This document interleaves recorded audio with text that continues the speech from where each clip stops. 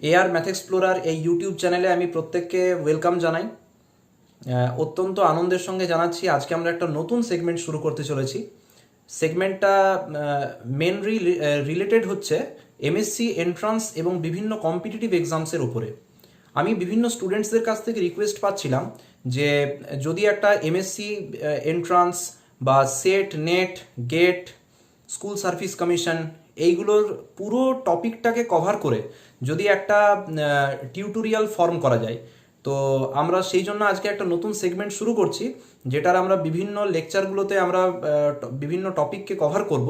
তো আজকে মূলত আমি যেটা বলতে চলেছি সেটা হচ্ছে যে এই ধরনের কম্পিটিটিভ এক্সামসগুলো বা এমএসসি এন্ট্রান্স এক্সামসগুলোর জন্য আমরা কী ধরনের ট্যাকটিক্স বা কী ধরনের ট্রিক্স আমরা অ্যাপ্লাই করব এবং কী ধরনের আমরা মেথোডোলজি আমরা ফলো করব, এবং তার সঙ্গে আমি আজকে যেটা আমাদের মুখ্য বিষয় সেটা হচ্ছে রিয়েল অ্যানালিসিস, সেটার আমরা একটু বেসিক লেভেল থেকে ইন্ট্রোডাকশন শুরু করব।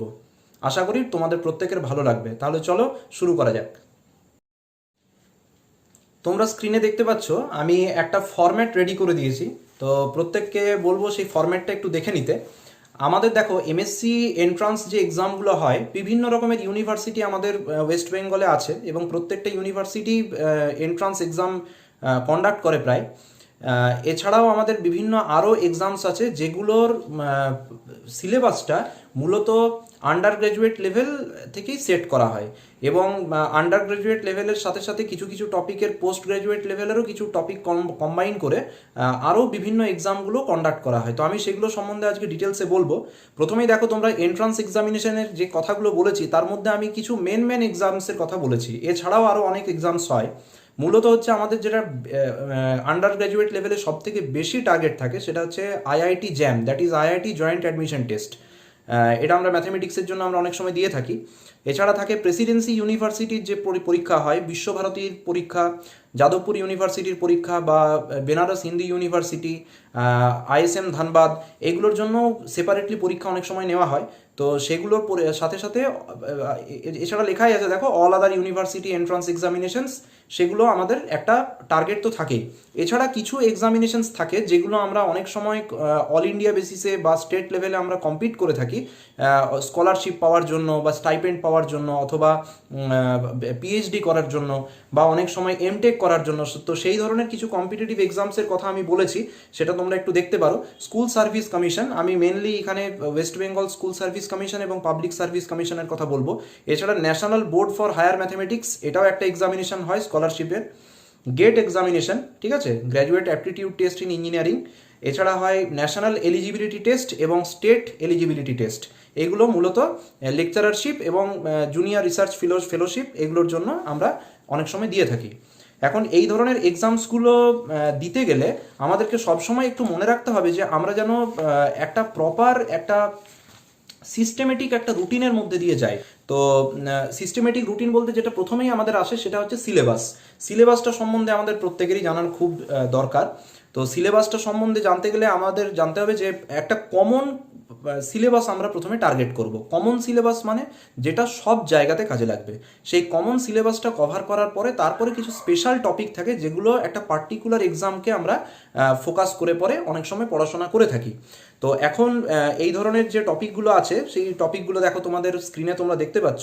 কমন কোর্সগুলোর মধ্যে আমরা যেটা পড়বো সেটা হচ্ছে real analysis, linear algebra, abstract algebra, vector analysis, অর্থাৎ ওখানে আমরা ভেক্টর ক্যালকুলাসের কথা বলছি, integral calculus, functions of two variables, অনেক সময় ফাংশনস অফ সেভারাল ভেরিয়েবলস আমরা পড়ে থাকি, differential equations, classical algebra and coordinate geometry.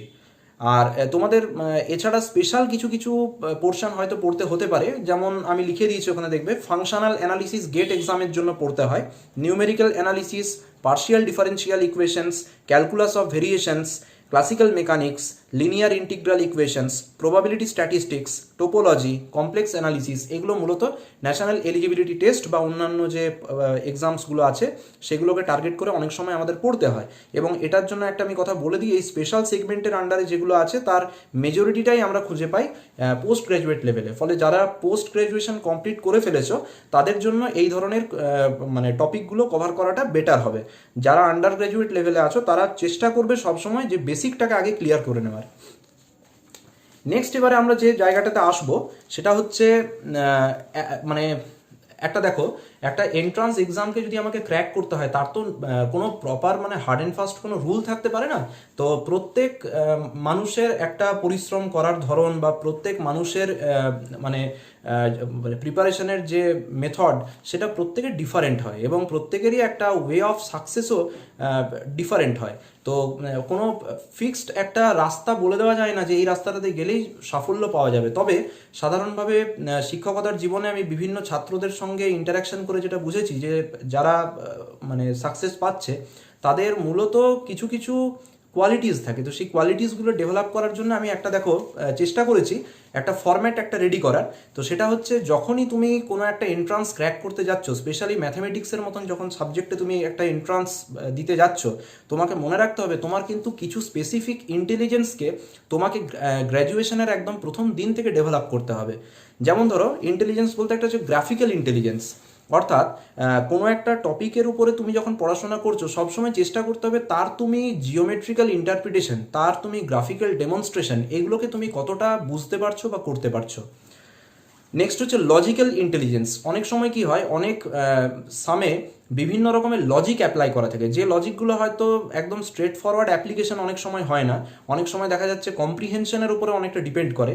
তো সেই ধরনের যে রিলেটেড যে টপিকগুলো সেইগুলোকে বোঝা বা সেইগুলোকে বুঝতে পারার যে ক্যাপাবিলিটি সেইটাকে আমি বোঝাতে চাইছি লজিক্যাল ইন্টেলিজেন্স। তারপরে যে লিঙ্গুইস্টিক ইন্টেলিজেন্স, এটা খুবই দরকার।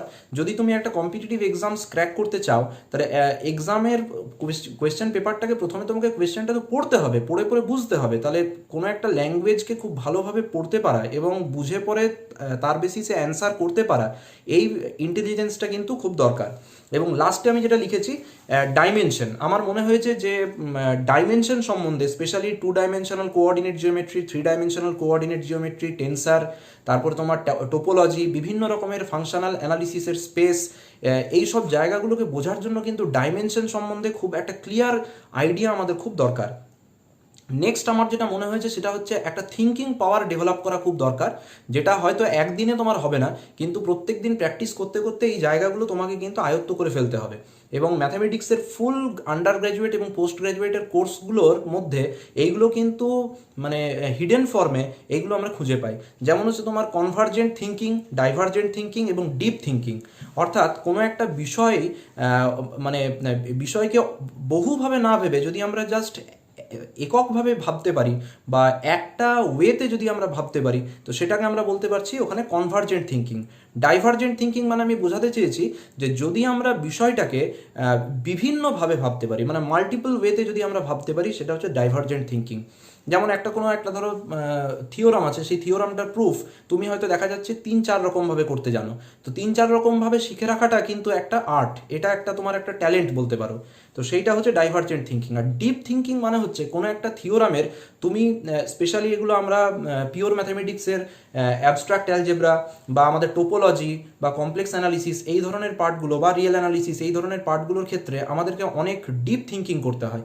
এই ধরনের ক্যাপাবিলিটিটা কিন্তু একান্ত দরকার অন্ততপক্ষে আমাদের এন্ট্রান্স এক্সামগুলোর জন্য। তারপরে যে র্যাপিডিটি, এটা তো একান্ত দরকার। তার কারণ হলো আমরা যখন কোনো একটা এক্সাম দিতে যাচ্ছি সেখানে কিন্তু টাইম একটা মস্ত বড় ফ্যাক্টর। ফলে আমি ওখানে লিখেও দিয়েছি টু সলভ কুইকলি, এবং শুধু তাড়াতাড়ি সলভ করার ক্ষমতা থাকলেই হবে না, তার সঙ্গে অ্যাকিউরেসিটাও কিন্তু বিশেষভাবে জরুরি। আরেকটা যেটা তোমাদের একান্ত দরকার সেটা হচ্ছে লাইফস্টাইল চেঞ্জেস। একটা এন্ট্রান্স এক্সামিনেশন ক্র্যাক করতে গেলে শরীর এবং মন মানে ফিজিক্যালি অ্যান্ড মেন্টালি তোমাকে অনেকটা ফিট থাকতে হবে, যার জন্য তোমাদের কিন্তু কিছু কিছু জিনিস আমি তোমাদেরকে বলবো। যেমন হচ্ছে একটা গুড স্লিপিং হ্যাবিট। যদি তুমি কোনো একটা এন্ট্রান্স এক্সাম দিতে যাও, তোমাকে হয়তো দেখা যাচ্ছে খুব আর্লি মর্নিং উঠে পড়ে তোমাকে পরীক্ষাগুলো দিতে হবে, তাহলে তোমার যদি স্লিপিং হ্যাবিট ঠিক না থাকে তাহলে এন্ট্রান্স এক্সামে গিয়ে পরে তুমি কিন্তু তোমার নার্ভ খুব ভালোভাবে পারফর্ম করতে পারবে না। নেক্সট হচ্ছে নন স্পাইসি হেলদি ফুড। এগুলো মানে একটু শুনে পরে হাস্যকর মনে হতে পারে, কিন্তু এটা কিন্তু বাস্তব ঘটনা। কারণ যদি তুমি বেশি স্পাইসি ফুড খাও তাহলে কিন্তু তোমার মেটাবলিজম একটু হ্যাম্পার হতে পারে। মেটাবলিজমকে যদি শরীরের খুব ভালো রাখতে হয় তাহলে চেষ্টা করতে হবে একটা ব্যালেন্স ডায়েট খেতে হবে তোমাকে। তার সঙ্গে ভেজিটেবলস ইনটেক তোমাকে বাড়াতে হবে, ফ্যাট ইনটেক তোমাকে একটু কম্পারেটিভলি কমাতে হবে, এবং তার সাথে প্রোটিন ইনটেক তোমাকে বাড়াতে হবে। আর তার সঙ্গে আমি যেটা লিখেছি সেটা মানে এটা তো প্রায় আমাদের part and parcel of life হয়ে দাঁড়িয়েছে। স্মার্টফোন এবং ইন্টারনেট এগুলোর ইউজ তুমি করো, অবশ্যই করো, কিন্তু দিনের একটা স্পেসিফিক একটা টাইম যদি তুমি নির্বাচন করে সেই টাইমটাতে করো তাহলে খুব ভালো হয়। নেক্সট আমি ওখানে বলেছি যদি সম্ভব হয় এগুলো করলে অনেক সময় তোমার মানে কনসেন্ট্রেশন পাওয়ার বাড়তে পারে। সেটা হচ্ছে যোগা, মেডিটেশন এবং মেমোরি বুস্টিং। অনেক সময় মেমোরি বুস্টিং মানে মনে হতে পারে যে আমি মেমোরিকে কিভাবে বাড়াতে পারি।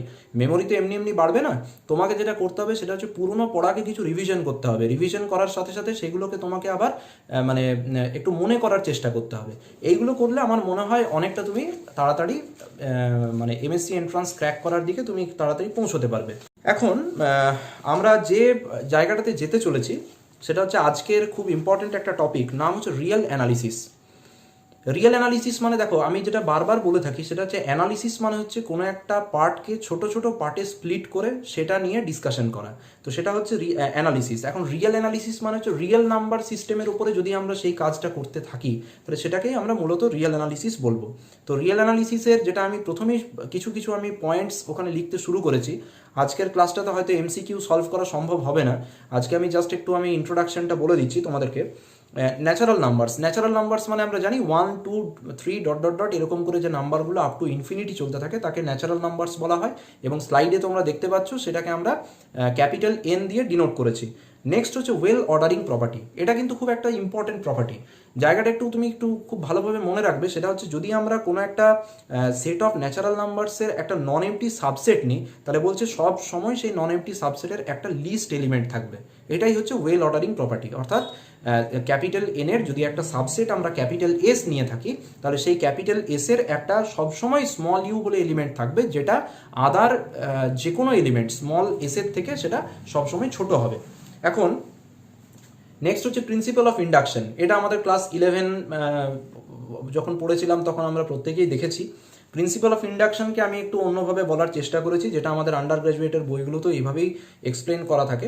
বলা আছে যে ক্যাপিটাল এস বলে যদি আমরা সেট অফ ন্যাচারাল নাম্বারসের একটা সাবসেট নিই এবং দেখা যায় যে ওই সাবসেটটাতে ওয়ান এলিমেন্টটা দ্যাট ইজ মানে ওয়ান নাম্বারটা যদি এসে বিলং করে, এবং যদি স্মল এম নাম্বারটা ক্যাপিটাল এসে বিলং করাতে আমরা দেখতে পাই এম প্লাস ওয়ানও দ্যাট ইজ এম এর ঠিক তার পরের যে এলিমেন্ট এম প্লাস ওয়ান সেটাও যদি ক্যাপিটাল এস এ বিলং করে তাহলে আমরা বলতে পারবো যে ক্যাপিটাল এসটা ডাইরেক্টলি ক্যাপিটাল এন এর সঙ্গে ইকুয়াল হবে। আর সেকেন্ড যে স্টেটমেন্টটা বলা আছে, সেকেন্ড স্টেটমেন্টটা আমাদের একদম ছোট্টবেলায় যেভাবে আমরা করে এসেছি সেটারই ওখানে আবার বলা আছে। পিএন যদি একটা ম্যাথমেটিক্যাল স্টেটমেন্ট বা পস্টিউলেট হয় involving a natural number small N, তাহলে পি ওয়ান যদি ট্রু হয় তাহলে P k plus one true হবে। কখন বলা আছে? যখন পিকে ট্রু। তাহলে পিকে ট্রু হলে যদি দেখা যায় পিকে প্লাস ওয়ান ট্রু হচ্ছে, অর্থাৎ যদি কে ন্যাচারাল নাম্বারের জন্য কোনো একটা পস্টুলেট ট্রু হচ্ছে সেটার থেকে যদি আমরা কে প্লাস ওয়ানের জন্য ট্রু পাই তাহলে সেক্ষেত্রে বলা যাবে যে পি এন পস্টুলেটটা সমস্ত ন্যাচারাল নাম্বারের জন্য ট্রু। নেক্সট হচ্ছে আমাদের র্যাশনাল নাম্বারস। তাহলে র্যাশনাল নাম্বারস আমরা কাদেরকে বলবো? র্যাশনাল নাম্বারস হচ্ছে সেই ধরনের নাম্বারসগুলো যারা পি বাই কিউ ফর্মে এক্সপ্রেসড হবে, এবং পি আর কিউ হচ্ছে ইন্টিজার্স আর Q not equals to zero. সেই ধরনের নাম্বারসগুলোকে আমরা র্যাশনাল নাম্বারস বলতে পারবো। এই বিষয়ে একটা জিনিস মনে রাখা দরকার যে র্যাশনাল নাম্বারসকে আমরা ক্যাপিটাল কিউ লেটার দিয়ে ডিনোট করি, ঠিক আছে, যেটা তোমাদের স্লাইডে তোমরা দেখতে পাচ্ছ। আর capital Q star comma plus comma dot একটা ফিল্ড ফর্ম করবে। এখন নেক্সট যেটা আমাদের আছে দেখো রিয়েল নাম্বারস। রিয়েল নাম্বারস তো খুবই ইজি, যে র্যাশনালস এবং ইরেশনালস এর টোটাল কালেকশনটাকে আমরা সেট অফ রিয়েল নাম্বারস বলতে পারি। রিয়েল নাম্বার সিস্টেমকে একটা ফিল্ড ফর্ম করে ঠিক কিউ এর মতোই অ্যান্সারটা হবে যে না, Q star comma plus comma dot that is আমরা কিউ থেকে যদি জিরো এলিমেন্টটাকে বার করি তাহলে সেটা ফিল্ড ফর্ম করছিল। একই রকম করে সেট অফ রিয়েল নাম্বারসের মধ্যেও আমরা যদি আর থেকে দ্যাট ইজ জিরো এলিমেন্টটাকে যদি আমরা বাদ দিয়ে দিই তাহলে R star comma plus comma dot একটা ফিল্ড ফর্ম করবে। ফিল্ড ফর্ম না করার কারণটা কি? তার কারণ হচ্ছে জিরো যে এলিমেন্টটা থাকবে, জিরো এলিমেন্টের আমরা মাল্টিপ্লিকেটিভ ইনভার্স আমরা ওখানে ফাইন্ড আউট করতে পারবো না, যার জন্য ওটা একটা ফিল্ড ফর্ম করবে না। এবার রিয়েল নাম্বার সিস্টেমের একটা খুব ইম্পর্টেন্ট প্রপার্টি হচ্ছে ল অফ ট্রাইকোটমি।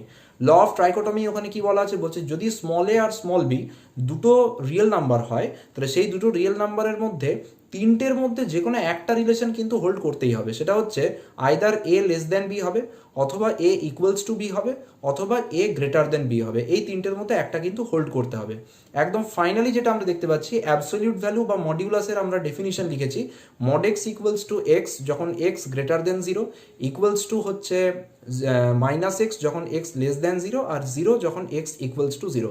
ওখানেই আমরা ট্রায়াঙ্গেল ইনইকুয়ালিটি আমরা রিয়েল নাম্বার সিস্টেমের জন্য লিখেছি, এ আর বি যদি দুটো রিয়েল নাম্বার হয় তাহলে mod of A plus B less or equal to then mod A plus mod B, এটা হোল্ড করবে। সুপ্রিমাম প্রপার্টি বলতে আমরা কি বুঝবো? সুপ্রিমাম প্রপার্টিতে বলা আছে ক্যাপিটাল এস যদি একটা ক্যাপিটাল আর এর নন এমটি সেট হয়, তাহলে সেই নন এমটি সেটটা যদি বাউন্ডেড অ্যাবাভ হয়, তাহলে মনে রাখতে হবে তার যতগুলো আপার বাউন্ডস আছে সেই আপার বাউন্ডসের টোটাল যে কালেকশন, সেই কালেকশনের একটা লিস্ট এলিমেন্ট অকার করবে। এটাই হচ্ছে সুপ্রিমাম প্রপার্টি। আজকে এই পর্যন্তই আমরা আলোচনা করলাম। পরের দিন আরেকটু আমরা ডিটেলসে আলোচনা করে আমরা কিছু এমসিকিউ সলভ করব। যদি তোমাদের এই ভিডিওটা ভালো লেগে থাকে তাহলে অবশ্যই আমার কমেন্ট সেকশনে জানিও, এবং যদি কোনো স্পেশাল কিছু টপিকের উপরে তোমাদের বা স্পেশাল কোনো কোয়েশ্চেন যদি তোমাদের কিছু থাকে, সেগুলো তোমরা কমেন্ট সেকশনে জানাতে পারো। আমি চেষ্টা করব সেই টপিকগুলোর উপরে ভিডিও বানাবার।